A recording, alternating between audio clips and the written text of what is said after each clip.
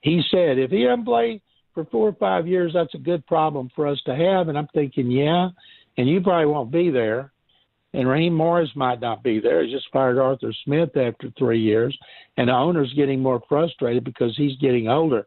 How they sold that to Arthur Blank, the whole reason Arthur Blank told them to sign Kirk Cousins, no matter what it took, is because he thought Cousins gave him the best chance to win now, to dethrone the Buccaneers in the NFC South. And that's not what they did. Could have had any player, defensive player in the draft, and they haven't had a really good pass rusher since like John Abraham 2 decades ago. They had a terrible pass rush last season, and yes, they did draft defensive linemen after the first pick, and maybe they'll be really good. And I felt sorry for Penix too, because he missed so much time with injuries before he transferred to Washington. He's going to be 24 this month.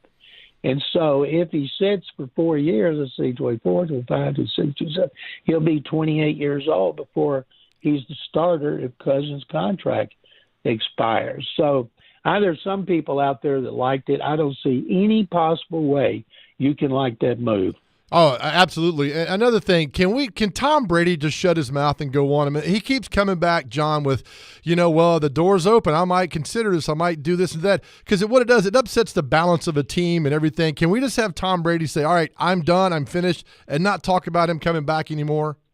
I think it's kind of pitiful that he obviously still wants to play.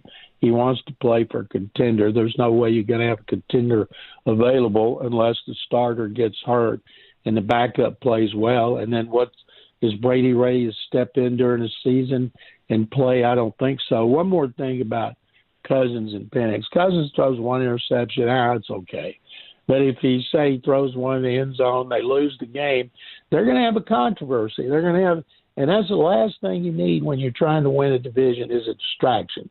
And they're going to have a big-time quarterback controversy, and they're going to say they don't, and they're going to say it's not a distraction, and it is. There's just for so many reasons, this was not a good deal. And I don't care that they don't have their number one. They might not have their number one pick next year. It just makes no sense when everything is about winning now.